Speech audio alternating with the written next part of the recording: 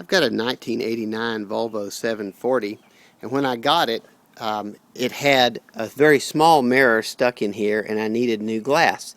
So I couldn't find the replacement glass at a reasonable price, so I found the whole mirror assembly on eBay, and I bought that for 25 bucks shipped.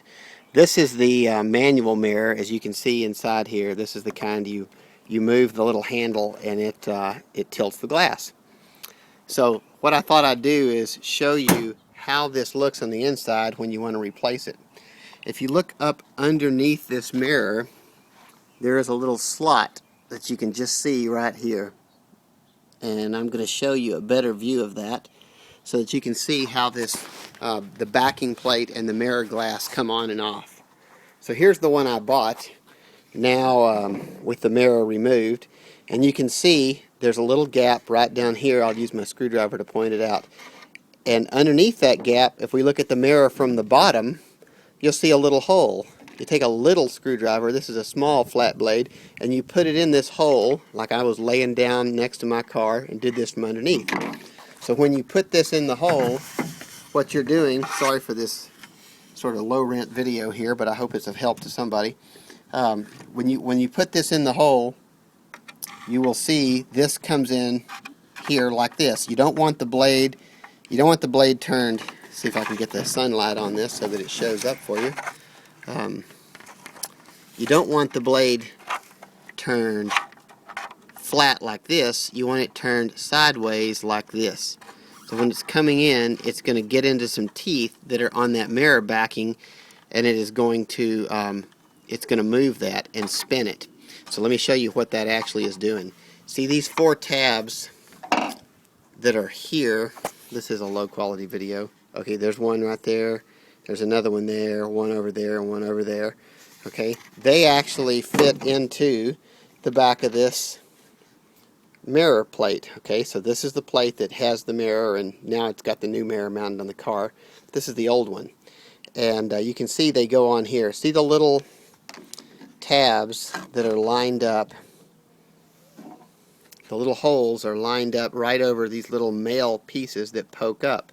So line the holes of this thing up. When I took mine off, I shot silicone spray lube in here, and then line this up so it all moves nicely. And go ahead and blow out with a compressor maybe and shoot some silicone spray lube up in this, so this piece will move around well. And that's the only time you can lubricate it without this mirror on, so that's kind of a nice thing to do while you're there. But anyway, line this up here where the slot is over the male piece, and then stick this on here. Then you reach up, and those male pieces will go into those 4 little holes in the dog ears, and then reach up on the bottom with your screwdriver, and you will poke the screwdriver into this slot from underneath.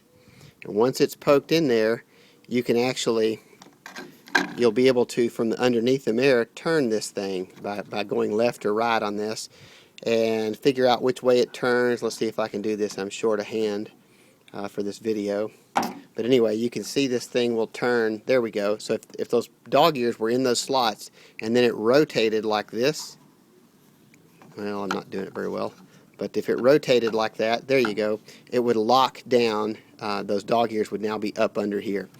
So think about which direction that's going to go when you're on the car, and plan for that rotation. You'll reach up in that slot underneath the mirror that I showed you at the start of the video, and then put the screwdriver's flat blade into here, and then shove this thing that way, the way my finger's pointing, and it will lock this ring down. And then you'll have your new mirror backing plate installed onto your mirror. And if you'd prefer to do it that way instead of replacing this whole assembly, I think replacing the whole assembly is pretty easy, but then you keep the one that looks nice or is weathered the same as the one on the other side of your car. This one was a little more weathered, so I just took this backing plate off.